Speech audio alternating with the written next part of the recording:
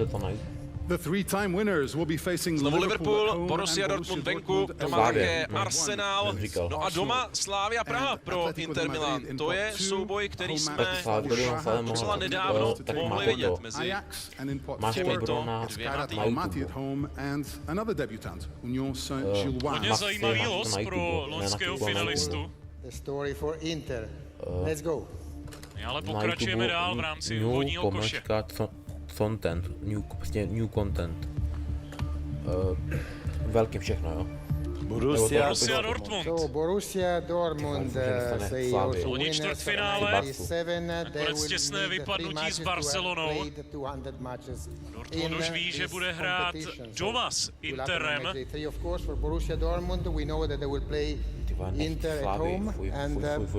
They will have another 7 opponents to face. A dalšími soupeři venku City, venku Juventus, také Tottenham a nakonec výlet do Kodaně. Doma pak kromě Interu Villarreal, nováček Bodø Glimt a také baskické Athletic Bilbao. Takže my hrajeme proti Chelsea, to je dobrý. S Juventusem hráli letní generálku. Generálku na Bundesligu prohráli těsně 1-2. Tam už jsou určité čerstvé zkušenosti s Manchesterem City a Interem také nedávno. Hrál Dortmund ještě ve skupině Ligy mistrů. Back to 1997. So Zlatan, yes, please. It doesn't look exciting, yeah? Prý to nevypadá zas tak zajímavě podle Zlatana Ibrahimoviče. Každopádně Liverpool bude dalším celkem, který se dozví své soupeře. Už má jistotu Realu Madrid a Interu Milán, takže z toho nejsilnějšího koše už úřadující mistři Anglie vědí, koho dostali. On je nezajímavý. Mohameda Salaha podívá do následujících destinací. Nejprve tady doma s Atletikem Madrid, pak výjezd na Frankfurt, PSV Eindhoven, Olympique Marseille, Karabach a Galatasaray Istanbul se nám také objevuje konečně jako součást tohoto losu.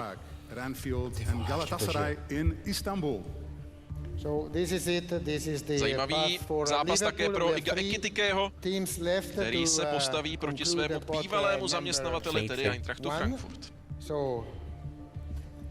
No, v případě pražské Slávie tedy nadále zatím zůstává jenom jeden soupeř z toho elitního koše. Zbývá Barcelona, City anebo PSG, takže jeden top klub rozhodně ještě na Slávii čeká. Tohle už je ale tedy roz pro Katalánce z Barcelony. Venku Chelsea, to už víme.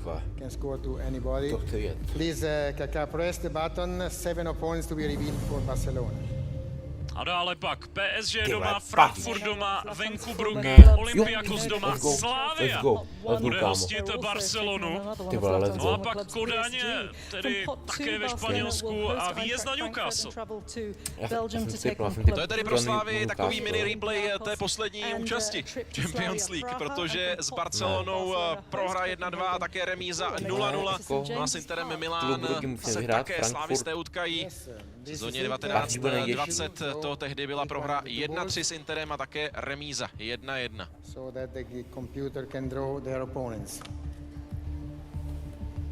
Paris Saint-Germain. PSG, tedy poslední šampion, to nejprestižnější evropské klubové soutěže. Ještě 6 zápasů zbývá dořešit pro tenhle tým francouzského šampiona. Atalanta doma, Leverkusen venku, Tottenham doma, Sporting venku, Newcastle také bude hostem v Parku Princů, no a pak zápas na Bilbao. Tým naložili pořádně. Na první pohled docela nevyzpytatelný los. V podstatě ani jeden úplně snadný soupeř.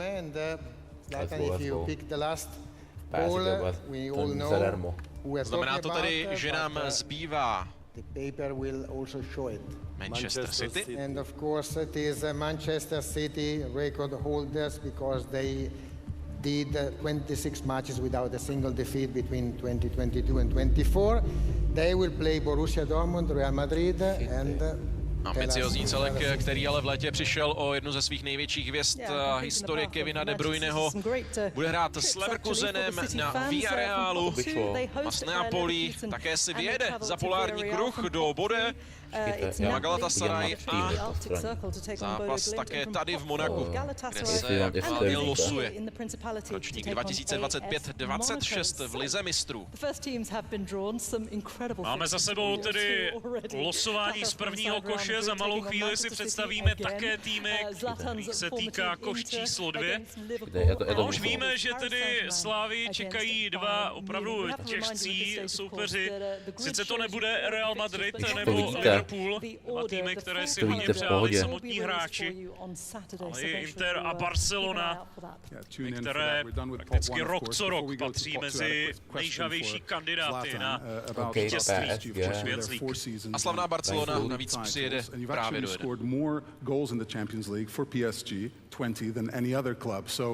How happy were you to see them lift the trophy for the first time ever last season? I'm super happy. I have a good relationship with the president Nasser. I was there from the first day. I'm super proud that I was the architect of the project. Because for every project you need an architect, and I was the Zlatan si architect. opět připisuje zásluhy za to loňské vítězství a celkový posun PSG, neboť byl vlastně na začátku toho vzestupu francouzského klubu v posledních letech. Veliká pochvala. Zlatan přiznal, že má velice dobré vztahy s prezidentem klubu. Ale hlavní je také pořád respekt soupeři a pokračovat v tom vysoko nastaveném trendu.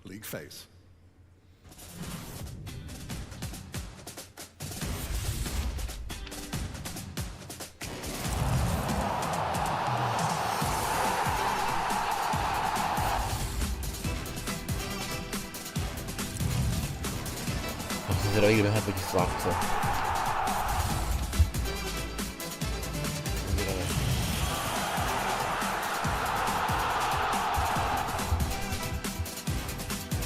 Jo, tady nevím, koho bych chtěl pro Barcu. Jo, protože ten Barca má dost vysílání.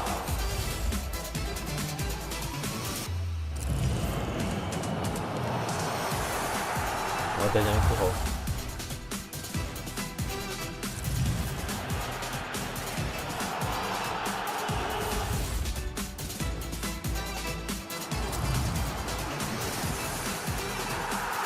Mám PFK venku, to bude hodně těžký, ty vole. Myslím, že i tohle nám prohrajeme. To je PSV u sebe doma, no. To je...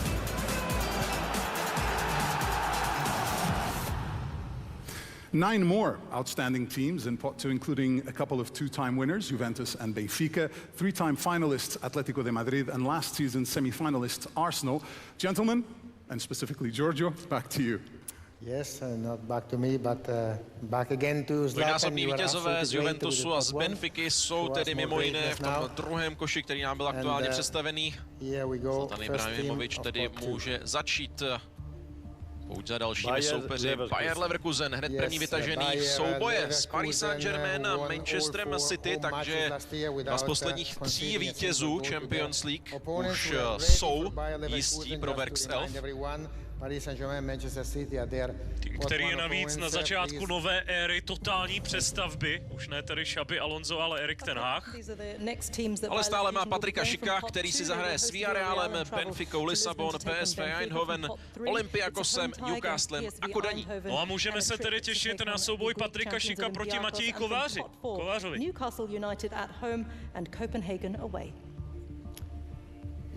Matěj Kovář byl totiž prodaný právě do PSV, ztratil tu svou pozici, poté co Leverkusen angažoval Marka Fleckena.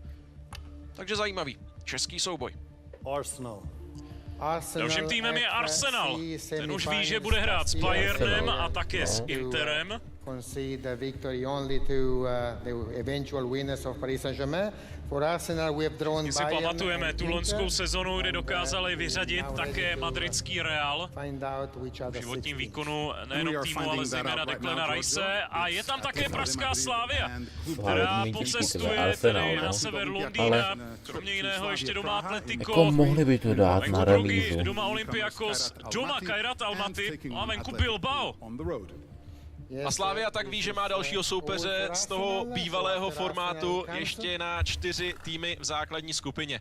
Ročník 2007-2008 a 2 zápasy, remíza 0-0, no a pak ta často propíraná prohra 0-7 právě s londýnským klubem, na to budou chtít slávisté asi hodně zapomenout. Pak ještě jedna konfrontace, konkrétně ve čtvrtfinále Evropské ligy v tom prvním koronavirovém ročníku 2020-2021.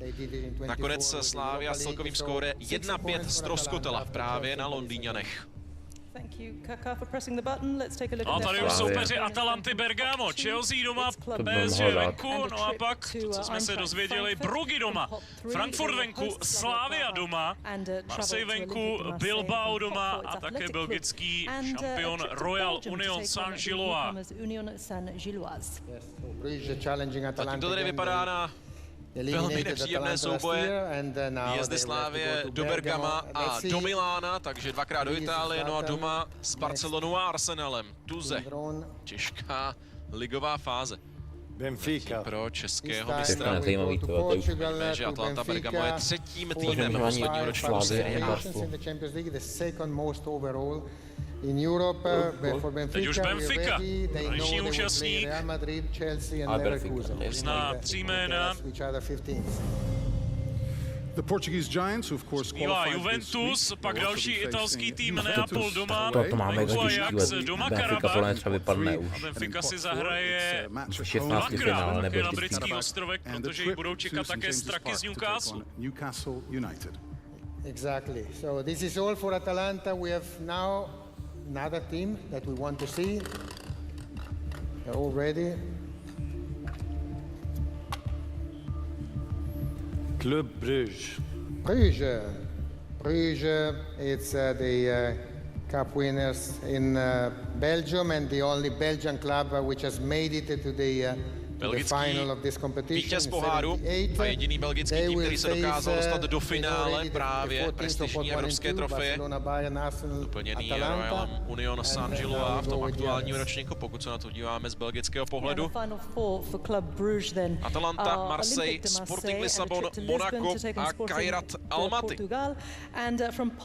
Takže soupeři zhruba na podobné výkonnostní úrovni jako klub Brugge, minimálně tady ten trojlístek Marseille, Monaco, Sporting. Draw another ball.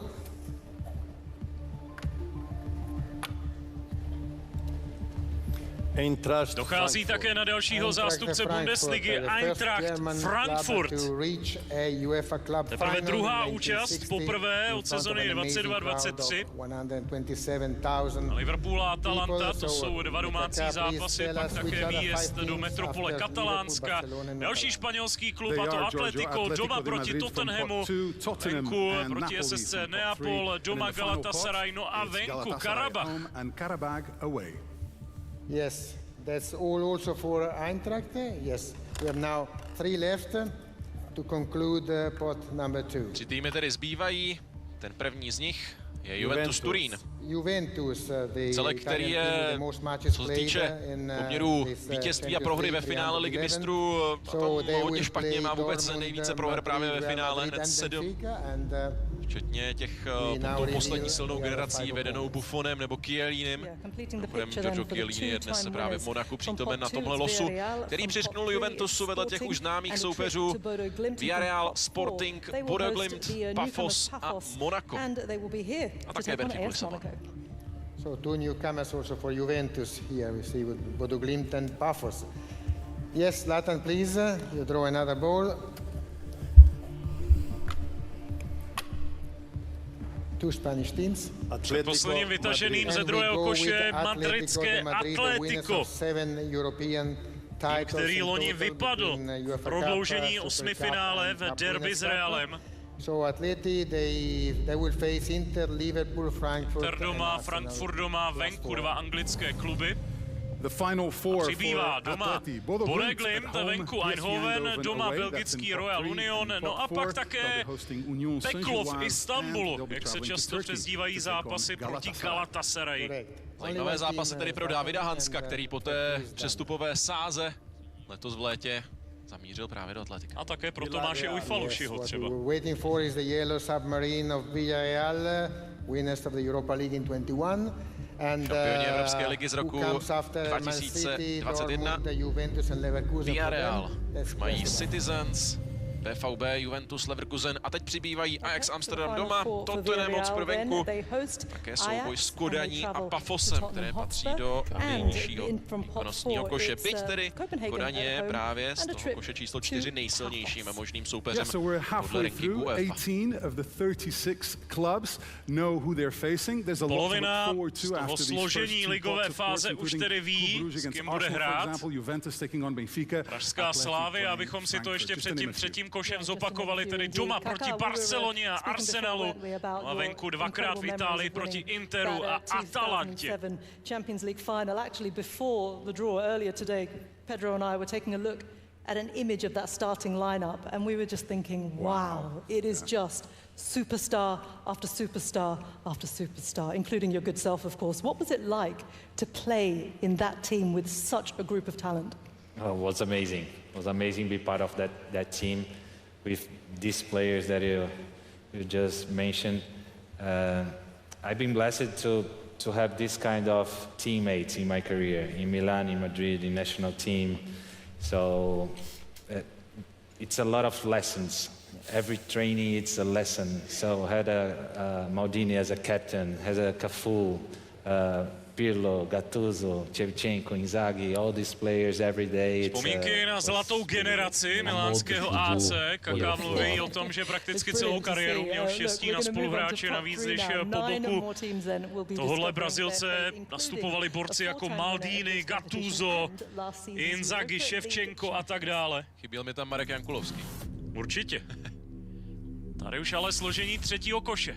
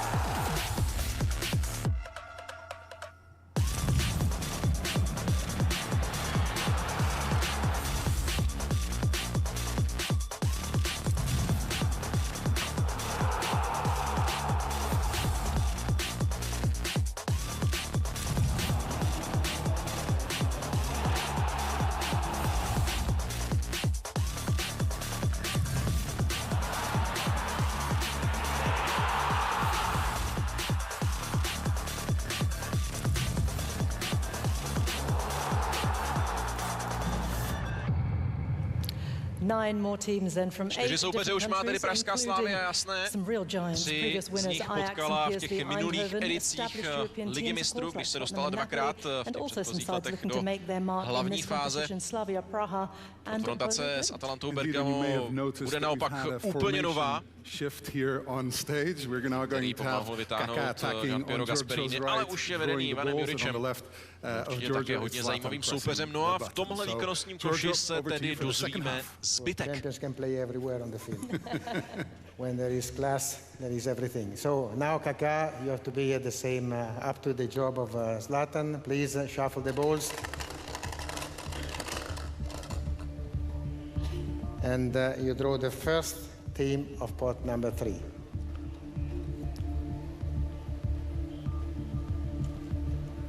A prvním klubem vytaženým ze třetího koše je francouzské Marseille, které se vrací do Champions League poprvé od sezony 2022-23.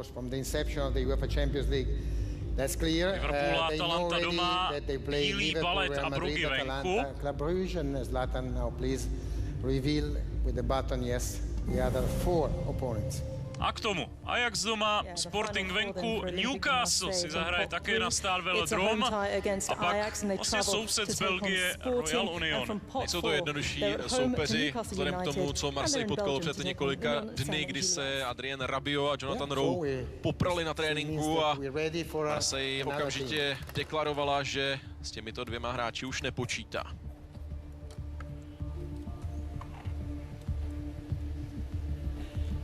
Míříme dál na Tottenham Hotspur, šampion Evropské ligy, který dokázal ve finále v Bilbao přetlačit Manchester United. Nebylo to bůh ví jak koukatelné finále, ale ta kýžená trofej pro The Spurs nakonec přišla. Dortmund, PSG, Villarreal a Frankfurt a také pražská Slavia. Na stadionu v Londýně bude Glimt, Kodaň a Monaco. To jsou další soupeři pro tým nového trenéra Thomase Franka, který vyměnil Angeho Postecoglu a vlastně jen několik týdnů poté, co Postecoglu dovedl Tottenham k evropskému titulu. Slavia tedy bude hrát s oběma severolondýnskými kluby. Bodo Glimt, Už ale tedy oponenti norského týmu, Bodø Glimt, opravdu pýcha Norska, jak se tenhle tým často přezdívá, který zejména doma je katem favoritů. José Mourinho by mohl vyprávět. Tým, který v kvalifikaci vyřadil Sturm Graz, bude hrát také s pražskou Slavií. A první norský zástupce v hlavní fázi ligy mistrů dorazí do Edenu. Dalšími soupeři, tedy kromě City, Dortmundu, Juventusu, Atletika, také Tottenham, Monaco a Galatasaray. Slavia se může poptat jenom přes ulici, protože Bohemians hráli s Bodo Glimt kvalifikaci konferenční ligy před 2 roky, takže vědí, jak tenhle soupeř zhruba vypadá. Samozřejmě obměna kádru od té doby nějaká byla. Míříme do Portugalska, Sporting Lisabon, celkem ze 3. koše. Paříž, Bayern, Brugge, Juventus, Marseille. A další trojice je Neapol, Kairat Almaty a Athletic Bilbao. Sporting se tedy jen těsně vyhnul výletu právě do Almaty, do nejvýchodnějšího místa, kde se kdy hrála, respektive bude hrát Liga mistrů, Evropská liga mistrů. Yes, let's go ahead, move on with the next draw. After Sporting. A dochází na Olympiakos, řecký tým, který v roce 2024 dokázal opanovat konferenční ligu, když tehdy ve finále zdolal Fiorentinu. Zatím 4 nepříjemní, těžcí soupeři. K Realu Madrid, Barceloně, Leverkusenu a Arsenalu přibyly také oba nizozemské kluby, tedy Eindhoven a Ajax. No a pak 2 nováčci, Pafos a Kairat Almaty. Stále tedy čekáme na Slávy, stejně tak PSV Eindhoven ani Ajax, tedy 2 týmy s českými brankáři, nově od této sezóny ještě neznají své kompletní vylosování. Teď by to tedy mohlo přijít.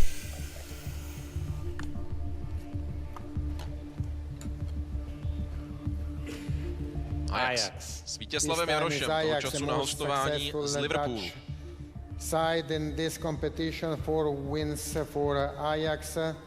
Český brankář si zachytá proti velkým jménům na evropské scéně.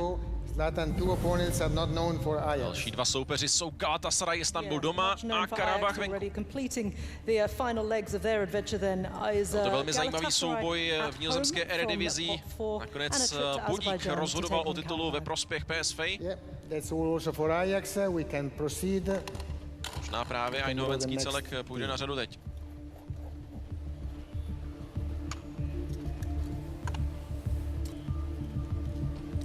Teď už ale dochází na pražskou Slávii.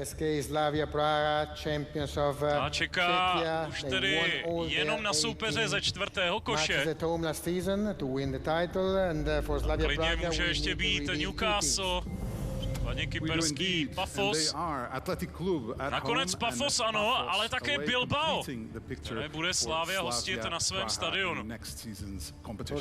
Athletic Bilbao se setkal se Slavií v loňském, respektive tom minulém vydání Evropské ligy. Slavia nestačila na silný baskický celek poměrem 0-1. No a už tedy jsme předtím se dozvěděli také Tottenham, což je třeba zajímavý mini příběh pro trenéra brankářů Radka Černého, který strávil několik pěkných let právě v mínském celku. Okay, thank you. From pot 3 then, the 1988 winners. We know about Olympiacos already, so Napoli is the other Tady team that ještě they'll jednou be tedy facing pohled na at soupeře home, and from pot Eindhovenu. 4 it's Union Víme, kde si zachytá také Matěj Kovář. Yes, so only one. Tady pikantního zápasu s Leverkusenem. Prakticky co utkání, to rozhodně je motivace. We know who we are talking about. A jako poslední je tedy vytažen Napoli. aktuální italský šampion, který se vrací do evropských pohárů po roční absenci. Chelsea, Frankfurt a Sporting doma, na venku City, Benfica a Eindhoven. A ze čtvrtého koše doma Karabach a venku Kodaň. Completing the picture, Karabach at home and a trip to Denmark to take on FC Copenhagen. Tolik tedy třetí koš. Víme, že Slavia bude mít doma Barcelonu, Arsenal, bude Glimt, Athletic Bilbao, venku pak Inter Milan, Tottenham, Atalantu Bergamo a Pafos.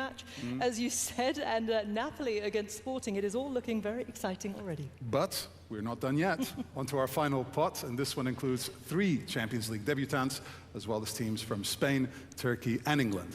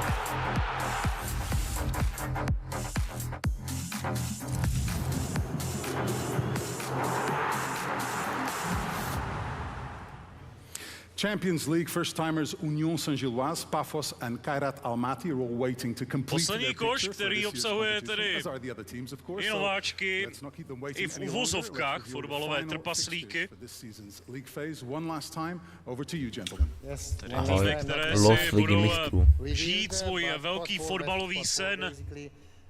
Už je to bude Kairat anebo Pafos s Unionem.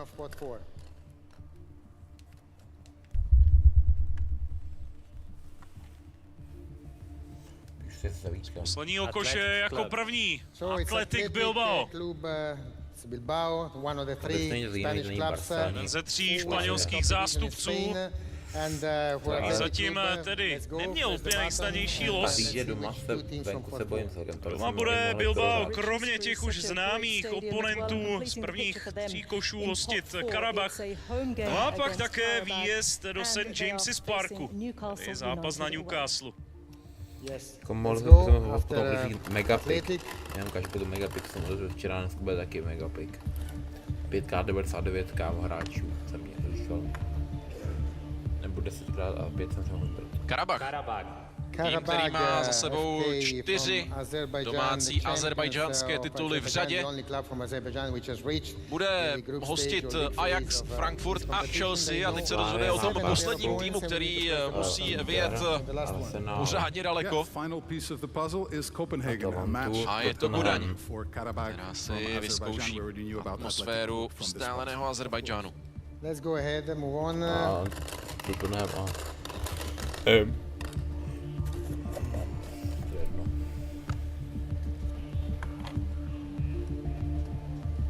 Dochází také na Monako. AS Monaco, so our hosts. Zástupce francouzské liga vypadlo Monako v play-off s Benficou, který v létě zajímavě posiloval. A Monako k těm dosavadním oponentům přibyl také domácí zápas proti Galatasarayi a pak také výjezd na Kypr proti Pafosu. We know everything also for AS Monaco. We go ahead.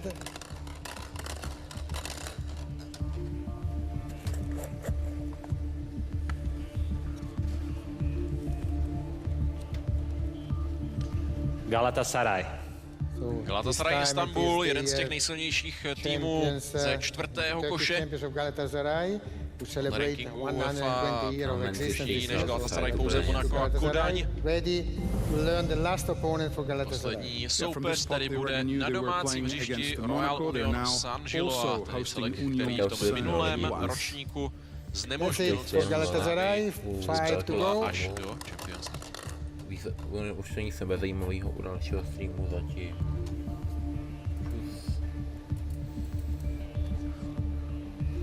Newcastle United, který se dostal do Ligy mistrů na základě té extra místenky, kterou si anglická fotbalová asociace